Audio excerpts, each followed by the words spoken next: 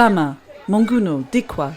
For months, access by road to these towns was impossible, leaving thousands of people trapped by the conflict opposing Boko Haram and the Nigerian army. At long last, it's possible once again to get through to these towns. MSF has to travel under armed escort or in helicopters.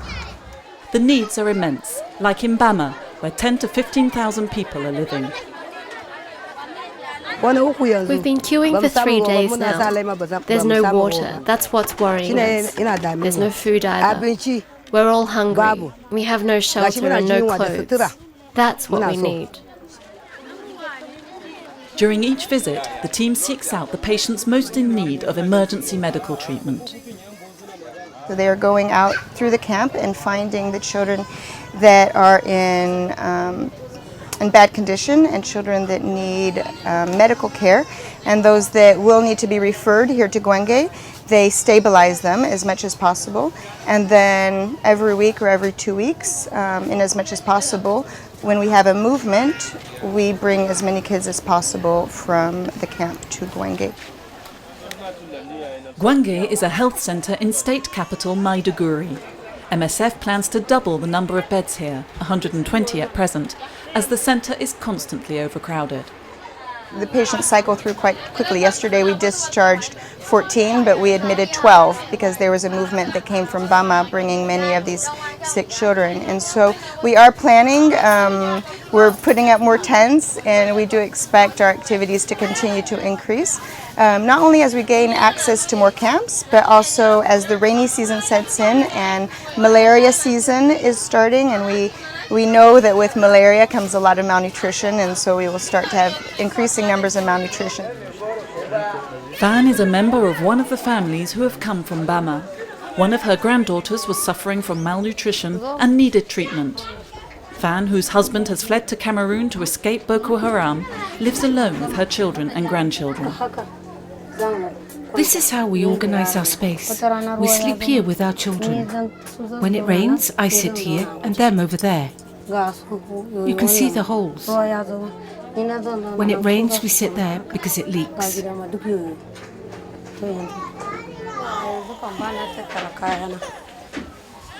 This is where I cook food.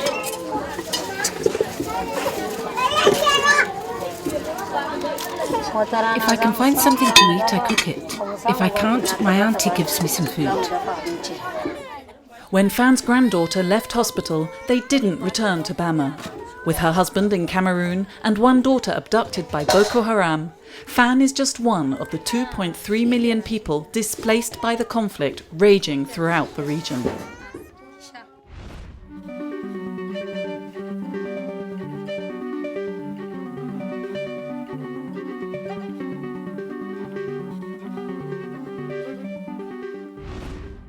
The AIDS virus still can't be entirely eliminated, but taken properly, antiretroviral treatments prevent it from multiplying.